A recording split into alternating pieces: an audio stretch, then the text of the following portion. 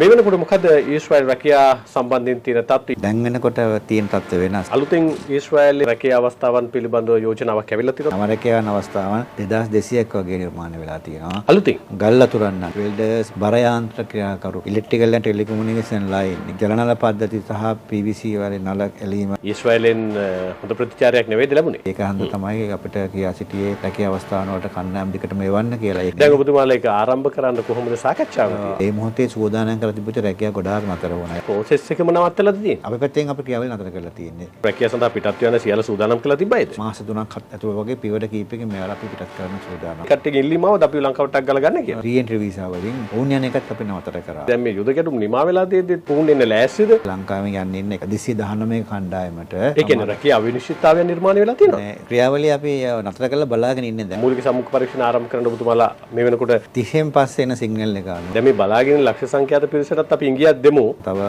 6-7000ක් වුණාට ලෑස්ති වුණාට කිසි වරදක් නැහැ. පුද්ගලයන් විදිහට ඔබ ඔබේ ස්කිල් එක ඩෙවලොප් කරගන්න. හරිය රෙක්රූට්මන්ට් ප්‍රොසෙස් එකකින් තමයි යවන්නේ. එහෙන් ලිස්ට් අරගෙන මෙහෙන් ලිස්ට් අරගෙන යවන්නේ. සුදුසුකමක් නැත්නම් මෙතන අවස්ථාවක් නැහැ. ශ්‍රී ලංකා විදේශ වාණිජ්‍ය නියුක්ති කාර්යාංශය විදිහට පිළිගන්නේ මෙන්න මේ ආයතන වලින් ඔබ ස්කිල් එකක් ලබා ගත්තොත් තමයි කියලා වෙරිෆයි කරන්න පුළුවන් ජාත්‍යන්තරයේ ස්කිල් එකකට සර්ටිෆිකේට් එකක් ගන්න එක ඕනම කෙනෙක් කළ යුතු දෙයක්. තියෙන තත්ත්වයක් එක මට යන්න බෑ කියලා හිතුනොත් ඔබතුමාට දැනුම් දෙන්න ඕනද?